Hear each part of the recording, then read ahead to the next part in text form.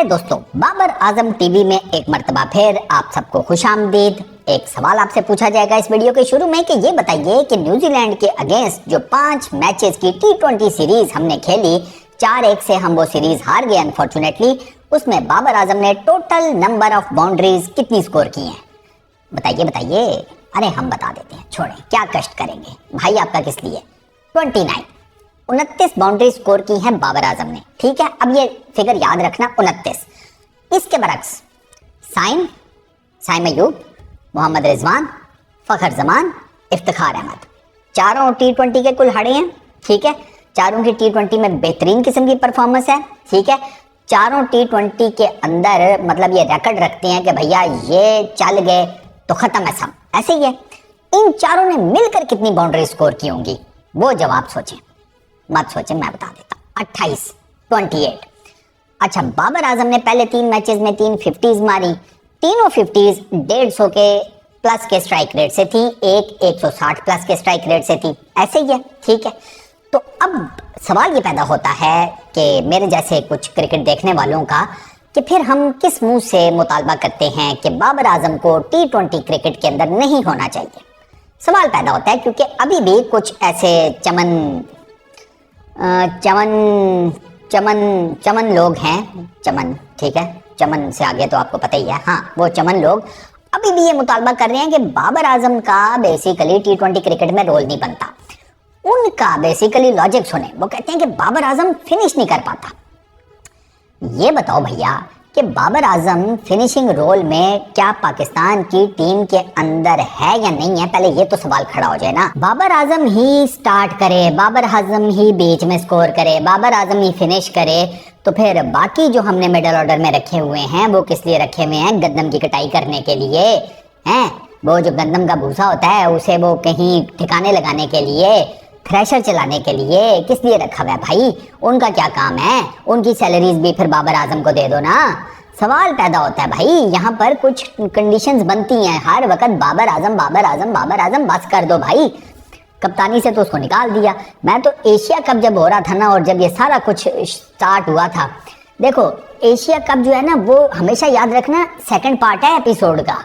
आप लोग पिछली जो एपिसोड है वो भूल जाते हैं। असल कहानी वहीं से बीज वहीं पे डला था जब नजम सेठी ने बेसिकली घुसर बुसर की थी कि बाबर आजम को कप्तानी से 19-20 भी किया जा सकता है।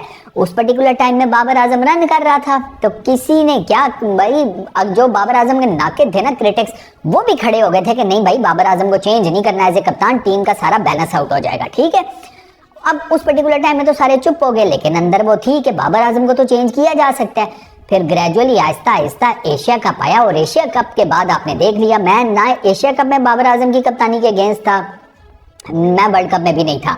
मैं बाबर आजम को कप्तानी छोड़ने का मशवरा इस वजह से दे रहा था कि फंस बहुत क्रिएट हो गया था।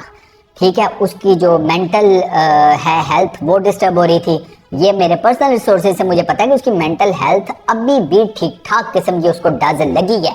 बाबर आजम को उससे ना थोड़ा सा रिकवर करने में टाइम लगेगा, जो उसके साथ हुआ है। आप लोगों को तो नहीं पता, वो बताएगा भी नहीं कि क्या क्या हुआ, किस किस ने क्या क्या कुछ कहा।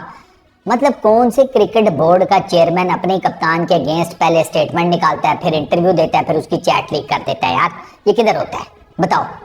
अबे ऐसे तो यकीन करो सास बहू आपस में नहीं करती, नंदे अपनी भाभी के अगेंस्ट नहीं करती, जो हमारे जो पिछले चेयरमैन साहब थे वो करके गए हैं। तो बाबर आजम को ना रगड़ा लगाना छोड़ दें, बाबर आजम से निकलें, उस बुगत से बाहर निकलें, और जरा दुनिया का ना और भी चक्कर लगाएं। आपकी टीम में ना 10 और प्लेयर भी हैं, कभी उनके बारे में भी सोच लें। मैं हैरान होता हूं कि भाई उस बंदे की आप ट्रांजिशन चेक करें कि उसे पता था कि यार मेरे बारे में T20 से रिलेटेड क्या बातें हो रही हैं। टेस्ट क्रिकेट खेलकर सीधा आया T20 क्रिकेट में, और T20 क्रिकेट में उसने बेसिकली सबको शटअप कॉल दी है। ये शटअप कॉल है उसकी तरफ से। ठीक है, आखिरी 2 मैचेस में वो रन नहीं कर सका। ठीक है, स्टार्ट मिला, उन्हें कैपिटलाइज नहीं कर सका, कोई इशू नहीं है। पहले 3 मैचेस की तो बात कर लें। 3 मैचेस में तो उसने 3 50 मारी हैं, मैं बता रहा हूँ तीनों 150 प्लस के स्ट्राइक रेट से मारी हैं। और आपको क्या चाहिए? पाकिस्तान में वो उस जितना किसी ने स्कोर ही नहीं किया। बाबर आजम हाईएस्ट स्कोरर है पाकिस्तान की तरफ से, उसके अलावा किसी ने स्कोर ही कोई नहीं किया। तो अब आप बताएं ना कि बाबर आजम को कब तक आप रगड़ते रहेंगे? भाईजान उसने अपनी बैटिंग का स्टांस भी चेंज कर दिया। अब वो अटैकिंग क्रिकेट खेलता है। अब आप कह रहे हैं कि यार वो ऊपर भी अच्छा करे, थ्रू आउट द मैच अच्छा करे, खुदा का खौफ करें, बाबर आजम है, विराट कोहली नहीं है। हर बंदे का ना अपना एक हिसाब किताब होता है क्रिकेट खेलने का।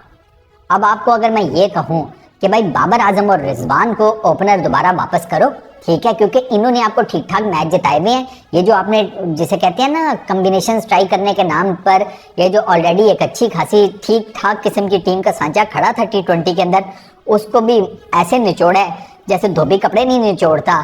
तो फिर उसके बाद ये शिकायतें करनी नहीं बनती, ठीक है ना, कि बाबर आजम ये करे, बाबर आजम वो करे। एक तो आपने उसका नंबर ही चेंज कर दिया। कितने साल से वो नंबर 1 या 2 पे खेल रहा है, कितने सालों से, अचानक से उसको नंबर 3 पर आना पड़ गया। वो तो शुक्र करें वो मान गया।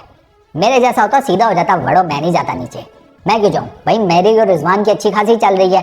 3 200 प्लस के टारगेट हमने चेज करके दिए हुए हैं इस टीम को, जिनमें से 2 तगड़ी टीमों के अगेंस्ट, एक साउथ अफ्रीका के तो अगेंस्ट साउथ अफ्रीका में जाकर चेज किया था। 197 की पार्टनरशिप दी थी इन दोनों ने। 197 की मुंह से बोलना आसान होता है, अक्सर ये जो इसके नाकद बैठे में बाबर आजम के, मैं तुम्हारी जेब में 197 रुपए नहीं पड़े होंगे इस पर्टिकुलर टाइम में, बातें करते हो तुम लोग। तो यार बाबर आजम से ना निकले, वो अपनी तरफ से फुल कोशिश कर रहा है, उसको सपोर्ट करें। इस टाइम पे उसको आपकी जरूरत है, ठीक है ना। वो रन जब करना शुरू कर देगा फिर आप लोग कहेंगे बाबर ये बाबर वो, फिर बाबर को क्या टेंशन है, अभी उसे आपकी जरूरत है। उसे थोड़ा सा और जिसे कहते हैं उसे सपोर्ट करें, उसे हिम्मत दें, वो आपके लिए तीनों फॉर्मेट्स में दोबारा रन करना शुरू कर देगा। और बाकी अब अपने जो बाकी कप्तान है ना उनकी तरफ भी जाएं, बाकी प्लेयर्स की तरफ भी जाएं। कोई फैंस के साथ लड़ रहा है, किसी का बल्ला नहीं चल रहा, किसी का बल्ला परले ग्राउंड में चलता है, अपने ग्राउंड में लेके आओ तो ठोस हो जाता है। तो हमारे तो और बड़े मसाइल है भाई। चलो इस वीडियो में इतना ही, अपना बहुत ख्याल रखिएगा, नेक्स्ट वीडियो में मुलाकात होगी, पीस आउट।